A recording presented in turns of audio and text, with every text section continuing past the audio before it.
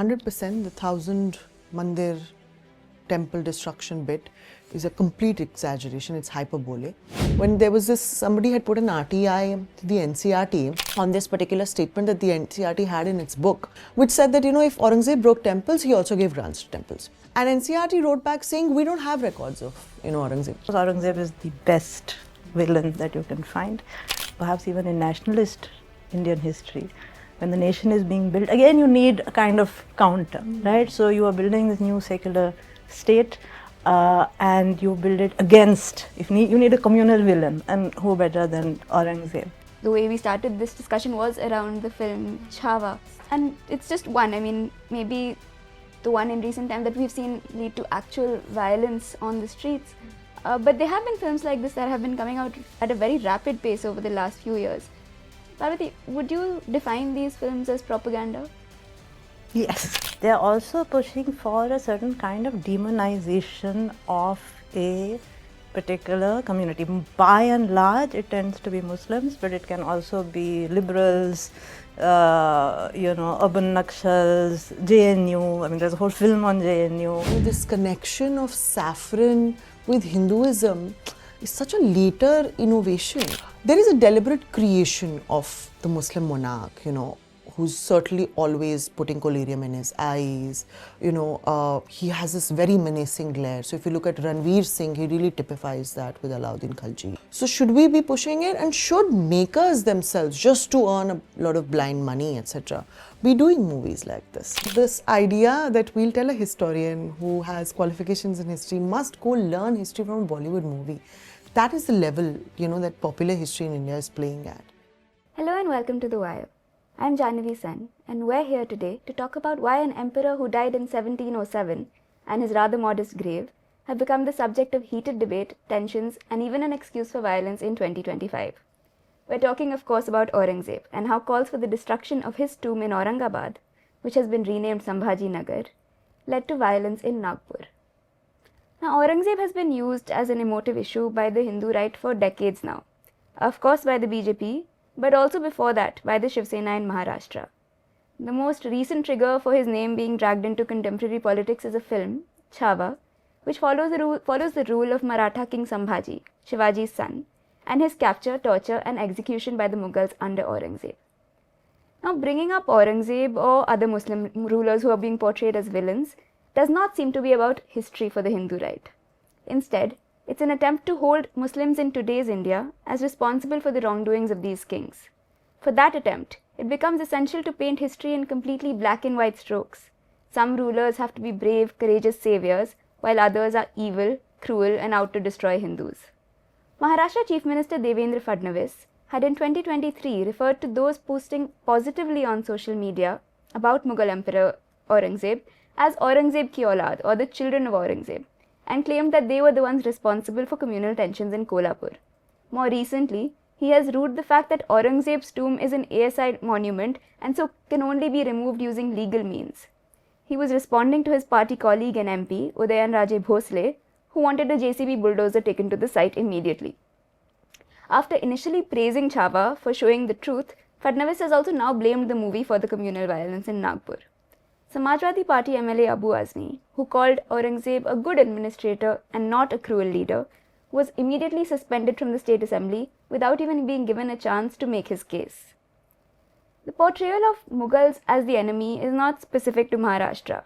None other than Prime Minister Narendra Modi himself has referred to India's 1,000 years of slavery, claiming that colonialism began much before the British came to India. Streets and areas named after Mughal rulers have been deftly renamed.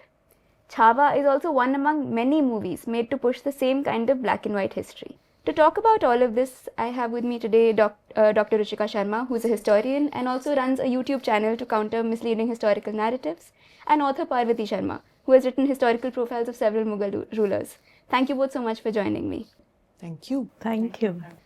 If I could start with you, Ruchika. One of the most common refrains we hear when we're talking about Aurangzeb is the thousands of Hindu temples he destroyed during his rule. Now, some historians like you in the past have pointed out that this number is likely an exaggeration, and also it seems like his motivations were more mixed. They could have been political, and because there were other times during his rule in which he gave grants to temples. Could you talk a little bit about that, his actions and his likely motivations? Absolutely. I think 100% the 1000 mandir temple destruction bit is a complete exaggeration. It's hyperbole. And I think the entire idea, as you very correctly summarized in your introduction, is to hype up the idea that, the Muslim rulers, especially like Aurangzeb, were very brutal. We have a proper calculation done by Richard Eaton in his Temple Desecration. This very fascinating essay that he's written, which is I think 100-page long. It's almost like a booklet. And I would certainly ask all of your viewers to read it. It's a brilliant book and really needed in times like these. And in his calculation, from 1192 to 1707, there are only 80 temples which were demolished, out of which Aurangzeb is responsible for around 10 temples. And that's the number that we have, right? So from 1000, it comes down to 10. But if you look at the list of temples that he has patronized and the saints that he has patronized, the non-Muslim saints, the list is much longer than 10, and this is something that is completely not talked about.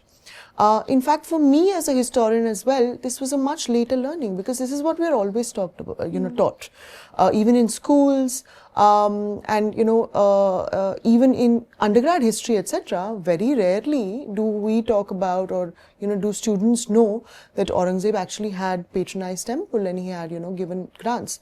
So and we have inscriptional records, like ASI 18th, 19th century reports of the colonial people. We have records from temples like, say, Gopinath temple, and we have an inscription over there dated 1699 by this person called Nonid Rai, who says that I've got this temple built and the temple tank built, and the money was given by Aurangzeb, and it's a Shiv temple. And fascinatingly, the inscription says that Aurangzeb gave the grant so that Aurangzeb's reign and Shiv's Shiv's austerity, etc., can sort of prosper forever, right? So it's fascinating that both of them are used in the same sentence, almost as equal. So it's a fascinating inscription. We have a massive farman in Chitrakoot, which is very near to Ayodhya, and the temple is called Balaji Temple. And the grant was given to the Mahant of that time, called Mahant Balakdas Nirvani. The farman is absolutely genuine, because once it was discovered, it was then ratified by Irfan Habib, Shirin Muswi, Athar Ali, who are like stalwarts of Indian history, and they all consider it to be an authentic Aurangzebi farman. And it goes on to details of how many bighas of land is going to be given. And if you look at the temple also, it's built in this very Charchala style roof, which is basically this, style of architecture which started from Jahangir's reign onwards, where you would build what is called as the Bangla roof as well, which even Noor Jahan had for her father, the tomb of Idmad-ud-Dawla in Agra, right? So you have something very similar being built over there. So it's gorgeous in itself as a temple. Then you have the Dauji Maharaj temple in Mathura, which was again, it says the Nakar Khana, and the temple was built by Aurangzeb. There is a Kedarnath temple associated with the Kumar Swami Mutt, which was rebuilt by Aurangzeb because it required repairs. And then there are a list of saints that he patronized as well. So you have Mangaldas Bairagi, Garibnath Sannyasi, who fascinatingly received a khilat, which is a very fascinating thing that happens in the Mughal Empire, which is like these set of robes that the emperor wears, and it's eight parts of it. So you'll have the belt, you'll have the sarpech, you'll have the turban, so on and so forth. And if all of it or parts of it are given to you, it's considered to be as a huge honor, because it's once worn by the emperor, so it's imbued with his benediction. So if it's given to you, it means you are really held in high regard, and you're sharing in his benediction. So he was given the khilat, right? And then we have Ramjivan Gosai, who was given the Beni Madho Ghat, the grant of Beni Madho Ghat. We have these two very good examples. One is, of course, in Guwahati. We have this temple called the Umanand Temple, and the inscription, I think, is still there. This grant was given to the priest of the Umanand Temple called Saudaman Brahman. When Aurangzeb attacked Assam, the Ahom Rajas were patronizing this particular temple, and they were giving grants to Saudaman Brahman. But Aurangzeb, instead of revoking those grants, said we are going to continue these grants for you, but I'm going to give you additional grants as well, right? So it's a very fascinating display of what we today call as quote unquote Aurangzebi soch, and the Aurangzebi mindset, which we generally tend to think that he was a temple destroyer, etc. But no, you have this. He gave protection to this saint in Banaras called Bhagwant Gosai. His son wrote to Aurangzeb saying, they are not letting my father, do his prayers in peace, and I need you to intervene. So he did intervene, and he issued a farman saying, if anybody upsets Bhagwan Gosai, then you are an enemy of the crown. Right? So it's a huge thing that he's coming out in defense when the popular idea today is that he was probably the reason why the saints were not able to practice their daily rituals, but that's clearly not the case in a lot of examples. The Mahakal temple, probably the most famous grant that he's given. We have farmans of the Malwas of Subedar, which say that there is this tradition in the Mahakal temple, which is that the Nandandeep, this particular light that needs to be always lit for Shiv, must be always lit. Therefore, Aurangzeb, the Malwas of Subedar, under the auspices of Aurangzeb, are giving grants of 4 sairs of ghee. So every time you need 4 sairs of ghee, it will come from the land grant which has been given to you. The taxes will go to you. So we have so many of these examples, and it's fascinating. Not even a single example. I think this has happened like 4-5 years ago, when there was this, somebody had put an RTI to the NCRT on this particular statement that the NCRT had in its book. And it's one of those very good books, the JNU authors, professors, etc. have edited it and all of that, which said that, if Aurangzeb broke temples, he also gave grants to temples. And NCRT wrote back saying, we don't have records of, Aurangzeb, which was completely bewildering, right? But he did give, grants to temples. In fact, I don't want to sort of drag the whole thing, but I have even more examples of temples that he gave grants to. So there's a bigger list, right? So just to sum up, I think the reason why this happens is, I'll certainly come to the colonial bit, because I think they are the ones who start this whole drama. But taking it to this level, is certainly the right wing's doing today, wherein, you cannot even say that, no, but there are good things that Aurangzeb also did. He had a different policy. He had Rajputs under him, 33%, so on and so forth. There's a huge list of things that I can talk about, which can be considered as quote unquote good policies. I wouldn't do it as a historian, because I think that's very juvenile to do good policies and bad policies. But in the popular sphere, they're considered as good policies, that he was benevolent and he did this and that. But nobody talks about him. And if somebody wants to talk about him, I think they suspend him and all of that. I don't know what was Abu Asmi's motivation, to do this. But I think it's very important that we talk about both sides, because so far we've been telling an incomplete history of Aurangzeb in the public sphere. A lot of the other thing that people say about him is, the brutality of his rule. But if we were to look at it in medieval India, how different was Aurangzeb's rule in terms of the brutality alone compared to both other Mughal rulers and also other rulers at the time in different parts of the other kingdoms? Parvati, would you like to? I don't know if I can answer this. I think Ruchika may have more details on Aurangzeb's part. And I'm not sure if I am qualified to be able to compare between him and others. But I would say that rulers tended to be brutal and authoritarian, and these were highly, there was a great deal of concentration of power, but also a great deal of power that was delegated. These were times that in which warfare was common, executions were common. It was not, it was a different time. But that said, perhaps, just to talk about a little bit about why we are even contrasting or wanting to find, as I think Ruchika was hinting at, why are we sort of having to feel the need to advocate for or say that, perhaps you're more brutal, less brutal, how does it, and we are feeling the need to do this. Partly, I think something funny is happening in the way that we are engaging with history. There are many, many reasons for it. The colonial period that you hinted at, that, the colonizers, British needed a bad guy. They needed the bad guys, and the immediate predecessors to the British were the Mughals. Mughals had huge legitimacy, even in their most decrepit, crumbling.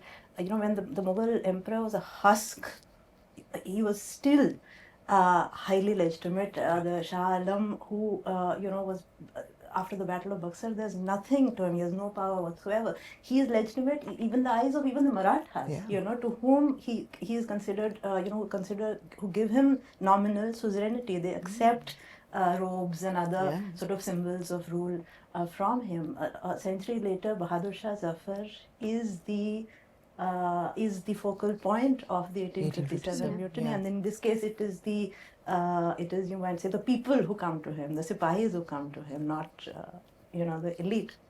And as a result, the colonial state has a great deal invested in trying to get rid of them. Of all the princely states that we have, I think almost all, or most all of them continue to exist, and even today, the Mughals are disappeared from history, and then you need to delegitimize them. Which they do by suggesting, that they were autocratic, despotic, dissolute, and of course Aurangzeb is the best villain that you can find. Later on in, perhaps even in nationalist Indian history, when the nation is being built, again you need a kind of counter, right? So you are building this new secular state, and you build it against, you need a communal villain, and who better than Aurangzeb? But now, and this feeds into, which is why even when we were studying history, like you said, we were also taught to think about the Aurangzeb is the one villain that we have in our history, which is otherwise comprised of basically good people. Everyone from the Harappans onwards is working to create the Indian state, except this one chap. And then now what's happening is that we have a situation where all of these things have been going on in our consciousness, subconsciousness for decades. And we have a situation where we have the study of history becoming increasingly urgent. I mean, it's obsessive, obsessive levels. And I'm talking about popular history, social media history, WhatsApp history. Some of it is very good, you do great work. Some of it is very bad, but it's there, and it's got a huge amount. People are consuming it, right? So at one level, that is having this massive amount of obsessive interest in wanting to know the past. But secondly, there's this strange idea that historians need to be unbiased. That's earlier other historians, whichever side you're on, the other side is biased, and this side is unbiased, without any examination of the fact that all historians are biased. You cannot have, history is written by human beings. And at the third level, I think perhaps what is happening is that at the academic level, both in schools and in colleges, maybe you'll bear me out, the study of history is declining. The textbooks are being hollowed out. Students are not enrolling to study. I know of at least one, history department that is in imminent danger of being shut down. So these things, so what we are getting is an obsessive interest in sort of knowing things in facts, or knowing things in bite-sized sort of installments of the past, but without being invested or interested in the idea of skepticism or doubt, or that, which is, I think, the main skill of a historian is to question everything. Absolutely. Right? That's the first thing you do, because you have all these sources. You do not go blindly trusting anything. Correct. So, and therefore, then you are able to get to a point where Aurangzeb must either be good or must be bad. Right? We have to either defend him or condemn him, without being able to feel that we can have, these are people contain multitudes. All of us, we contain multitude. So imagine, 17th century, 18th century emperors invested with this unimaginable amount of power. You are full of contradictions. I wanted you to come in on the part about, yes, we've all grown up hearing particularly about Aurangzeb, whatever facts you may or may not remember, you'll remember that he reimposed Jizya. And like both of you mentioned, this did begin with British colonialism. So I want to I wanted to talk more about that, and also maybe specifically about why he was the one who was so easy to make the one bad guy. Yeah, yeah. I think I'll come to the colonial bit later because I think the fault somewhere also lies with the fact that even till date, history is somewhere down the line still in the colonial mold, right? So if you look at, for example, this comparison that you were doing with, say, Aurangzeb and vis-a-vis other Mughal rulers, the colonial people had this idea of Akbar being the good Muslim and the epitome of the good Muslim because he's quote-unquote secular. And then Aurangzeb is the bad Muslim because he's not secular. He's a religious bigot. That's the term that they often use for him.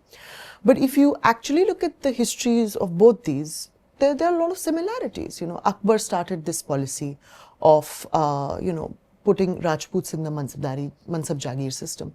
Aurangzeb took it to a new level. So if it was around 15-20% under Akbar, it was around 33% under Aurangzeb. Two of his best men were both non-Muslims, Mirza Raja Jai Singh and Jaswant Singh, right?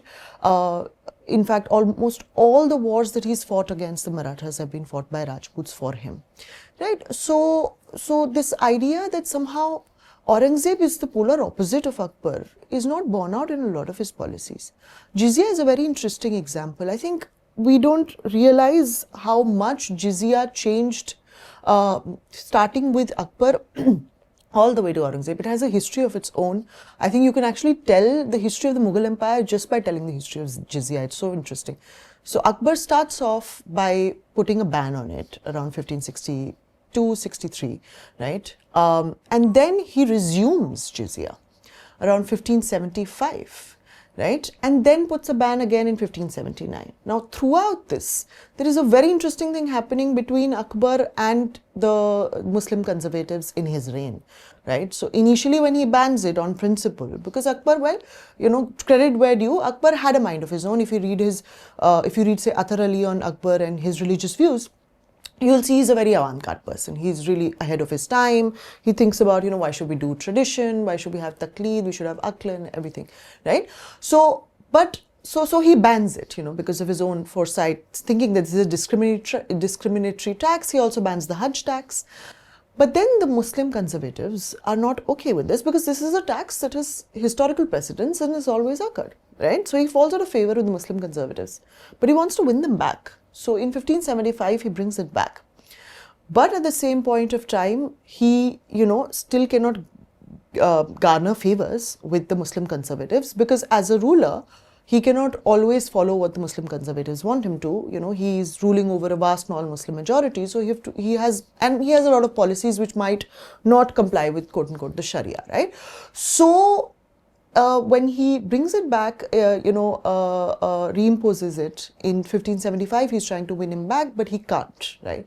So in 1579, he puts it back in the ban again with a very controversial document called the Mehzar, right? In which he declares himself as the Mujtahid, which is like the interpreter, the sole interpreter of the Quran. He calls himself Sultan al-Islam, a very fascinating title that nobody had given, before him, not even the Khalifas, etc. And then from 1579 all the way till Shah Jahan's reign, Jizya is not reimposed. Then Shah Jahan is the first person to reimpose, not, usually people think it's Aurangzeb. Shah Jahan does it. And Shah Jahan uses, J.F. Richards has a very good thesis on this. Shah Jahan uses Islam as a very interesting factor because, a lot of people think Aurangzeb is the person who caused the decline. The decline of Mughal Empire, according to me, I think started with Jahangir. Because he gave over promotions, etc. He wasn't the most efficient ruler. I think Akbar knew this, which is why he didn't want Jahangir. He wanted the crown to skip a line. He wanted to go to Khusro. But anyway, so Jahangir, sort of sowed the seeds for it. And then Shah Jahan had to, do the damage control. He had to cut down on the Sawar ranks and the Mansabdar, etc. I won't go into the details. And reimposing Jizya is part of that, part of gaining financial capital. And then it's put back, it's banned again. And then Aurangzeb puts it back, reimposes it 10 years after he becomes the king. So that's very important. If he was just doing it because this was something austere and he was a religious bigot, he would have done it the moment he won Samugad and he knew that, he's now the Badshah. But he didn't do that, So this clearly was a financial decision. He also brings back the pilgrimage tax. So the jizya in itself is a very interesting, reimpositions and banning and all of that. And Aurangzeb is just one of the part of it. But I think he's again made. Another thing, there are a lot of people, even, because you mentioned, even nationalists thought of Aurangzeb as that. So I would like to bring in Nehru and Discovery of India, where he thought that somehow before Aurangzeb, the Mughals had created a culture of sort of cosmopolitanism that, Aurangzeb pounced upon. And one thing that comes into mind is his banning of music, right? But there have been, new studies on it. Catherine Butler Schofield has a very good article on it, where she says that there are only two sources that say that he banned music. One is, of course, this very notorious source by Nicola Manucci, Storia de Mogor, who himself says that, a lot of his stuff is based on bazaar gossip. So we are very thankful he's clarified that for us. He's also the person who gave us this salacious gossip of Jahanara, Shah Jahan's daughter, and Shah Jahan being in some incestuous liaison, So anyway, so he's the person, and then this person called Khafi Khan Muntakabul Labab. They both say that he banned music. Nicola Manucci says he banned music, around 1653, when his lady love, Hirabai Zainabadi, died, who was a musician. And he said he was so distraught that he banned music. But in 1658, Nicola Manucci himself tells us that when his coronation happened, there was music. And he gave 7,000 rupees to Khushwant Kalwant, or Khushwant Khan Kalwant, who was one of the greatest musicians of his time under Aurangzeb. Then in 1665, Jean-Baptiste Tavernier tells us there was music in Aurangzeb's court, right? So this, and his, the lady love of his later half of his life, Udayburi Bai, was also a musician, So I think this idea that, he banned, there was a summary ban on music, he, sort of tried to create a culture of hatred. I think it's completely exaggerated, and if you actually look at the details, the devil is in the details, you don't really find it. And I think the British were not interested in the details. If there's one thing that they were not interested in, it's they did a very superficial history of India, and it suited them to have somebody like Aurangzeb, because then they could create the enemy.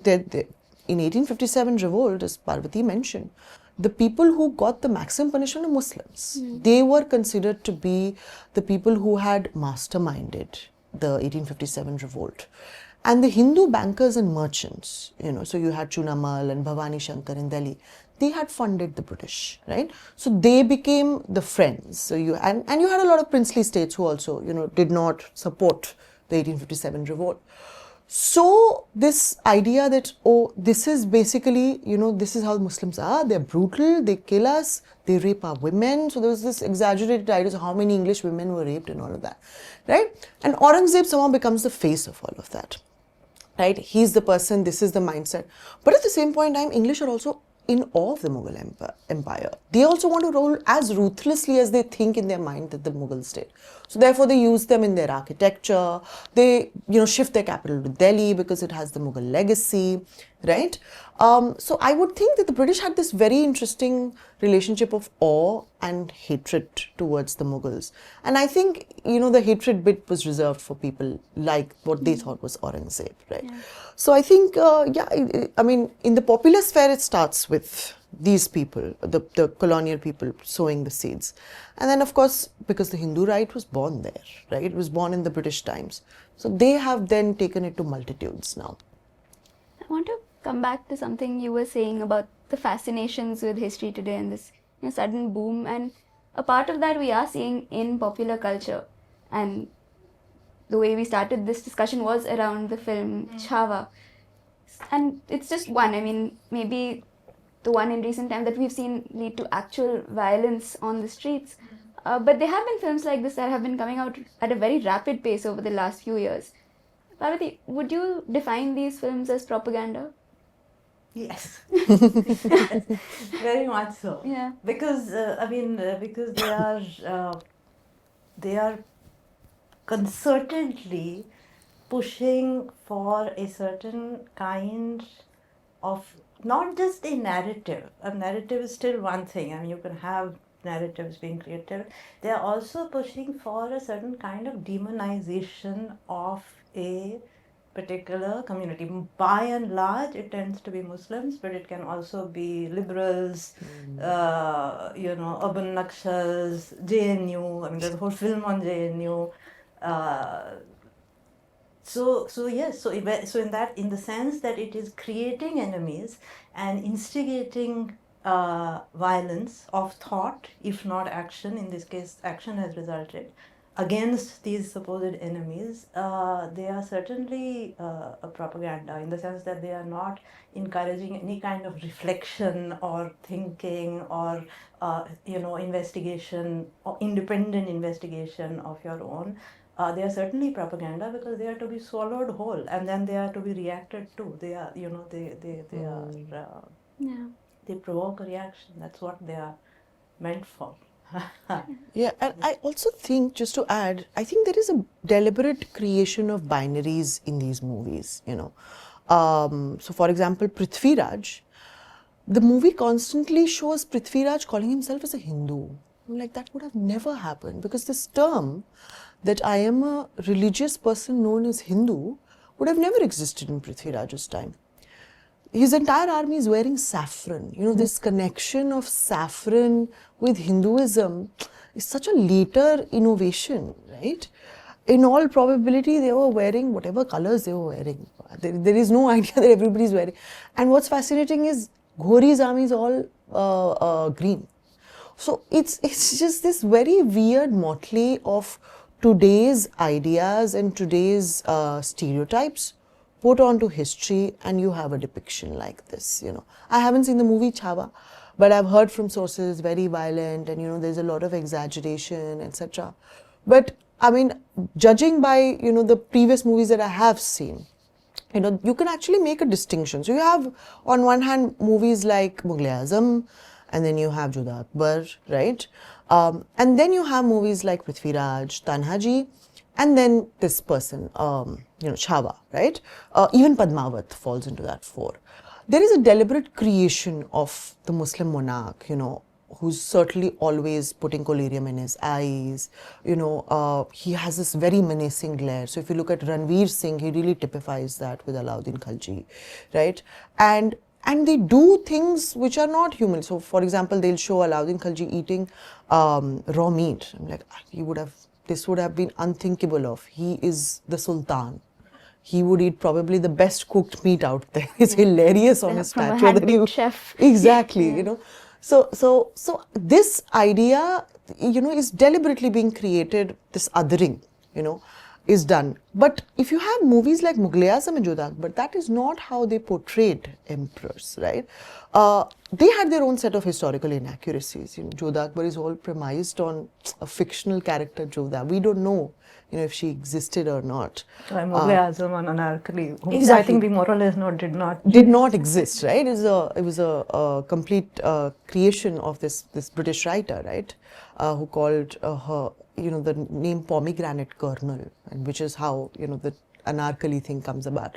So anyway, so I think this, but both of these movies had this idea that Mughals are a part of India, and whatever they did for India. This othering is not done in both of these movies, which is what I like in these movies, But this, it's completely this othering. I doubt if it existed during the Mughal times. It's so out, I mean, it's not even the small details like, oh, Jodha doesn't exist, or oh, Anarkali doesn't. Over here, it's like, oh, but this idea of the Hindu just doesn't exist, and your entire movie is premised on it. So I think it's a very dangerous thing, because cinema has an impact. So many people, Fadnavis himself said, oh, Chhawa has caused the Nagpur violence. So you can actually imagine, but there is no responsibility that, oh, if it's going to cause violence, should we be really showing firstly things that didn't exist? And not just showing, he was pushing it. He said pushing an agenda a great job forward. of portraying the truth. Exactly, right? So should we be pushing it, and should makers themselves, just to earn a lot of blind money, etc., be doing movies like this, right? So, I mean, I think there has to be some modicum of responsibility that even makers of such movies need to take. I think the contrast between narrative and propaganda, you mentioned Mughal-e-Azam, that's a great example, you know, because it is completely inaccurate. It is, you know, there's no anarchally, I mean, unfortunately, and even in terms of the idea of a forbidden romance for a Mughal prince, it doesn't in the way that it is portrayed in that film, because that film is coming from a sort of, it has a class angle, right? Because she is a dancing girl, he is the prince. Akbar cannot abide this transgression of class, which doesn't actually exist at the time. And plus, on top of that, there's actually actually a record of Salim, who later Jahangir, falling in love, so he said, with somebody.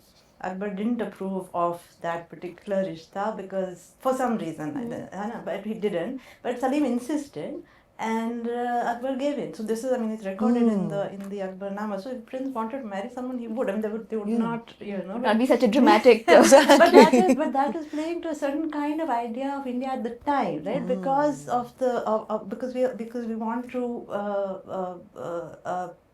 The narrative at the time is about class, is about you know, movement across class, and the difference from that, but it's inclusive, right? It is pushing us forward towards thinking about ourselves in better ways. And you contrasted with Prithviraj, and you mentioned it just now, and it reminded me of 2-3 years ago. I was coming back on a long taxi ride from Noida, and we started talking, the driver and I. And initially, we agreed on one point. Something he had done, some traffic, almost we had an accident, and both of us agreed that he was right, the other guy was wrong.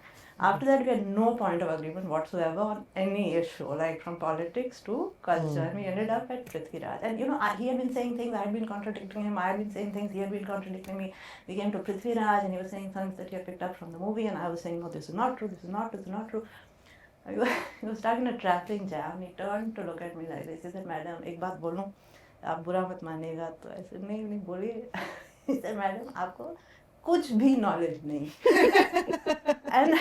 and I was thinking it's true for him, because he has his sources. The way I have my sources, I am reading books or articles or whatever. He is watching movies. He is watching YouTube videos. He is reading his WhatsApp forwards. Those are legitimate sources, and as legitimate as mine, right? So where is, like, this gap is huge and getting huger by the minute, and I really don't know how it is to be bridged. But this is the effect of propaganda. This is what propaganda does. It says there's this one truth. That's it. You know. I'd actually like to add to that. You know, since you brought this example, just yesterday, you know, I had given a bite to a news channel, and they had played it as a reel on Instagram, and at least 4 to 5 people commented saying, "अरे आपको कुछ नहीं पता, आप छावा देख कर आओ." You know, so this idea that we'll tell a historian who has qualifications in history must go learn history from a Bollywood movie. That is the level, you know, that popular history in India is playing at. I mean, I've gotten a lot of flack for this, but I think historians are also responsible because they don't talk about history as much as they should be. But this idea does certainly exist, that, you know, what Bollywood is depicting must be the truth, because it already somehow panders to our preconceived notions. And now you have, you know, right there on the massive screen, so it must be true, right? And that impact is something that people take on, and then you see it on the streets, you know, in communal tensions, etc., which is very unfortunate. Yeah. This has been a really interesting discussion, and before we close, Parvati, today we published an article you wrote in The Wire, which was fascinating, and I would encourage all our viewers to go read it. And it talks about this time when, you know, Jahangir actually destroyed someone's grave because he was so angry with the way the Sultan had treated his father.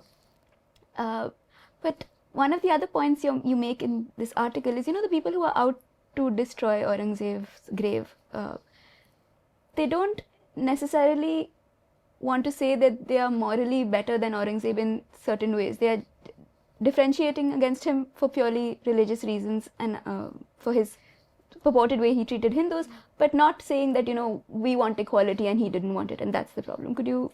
But in a sense, they do. So yeah. So this was because when I was reading about this, what was going on in Aurangzeb, suddenly I remembered that exactly this kind of thing had happened once with Jahangir's life. And you don't approve of him, but I'm quite a fan. Jahangir's life is full of all kinds of interesting incidents, which he records himself in the Jahangir Nama. So it's a fantastic record of that time and of her person. And this happens in 1617. So it's about 2 years before Aurangzeb is even born. So he cannot be held responsible for any of this. Jahangir, the idea of Aurangzeb. Yeah, possibly. So Jahangir goes to Mandu. Shah Jahan has gone off to do he's gone to sort of conquer the Deccan, and Jahangir is following in his wake, and he's having a great time traveling through the country, and settles in Mandu for some months. And then he goes to take a little tour, and he comes to the grave of Sultan Nasiruddin, who had died in 1500, so 100 or more than 100 years, 110 years ago, and 1510, sorry. And he's very upset, and he says that this chap Nasiruddin had poisoned his father Ghiyasuddin. And for this sin, it seems even when Sher Shah Suri came, according to Jahangir, he came and he had his retinue beat the grave with sticks. And then Jahangir comes and he starts kicking it, and he gets everyone else to kick it. And then this is not enough, it's not satisfactory. So he has the grave dug up, he has the remains taken out, and first he thinks he'll burn them. But then, and this is one of the interesting things about history and Mughal history, is that fire is considered divine, sacred, So then how can you pollute fire with this terrible man's remains? So then he has him thrown into the Narmada river.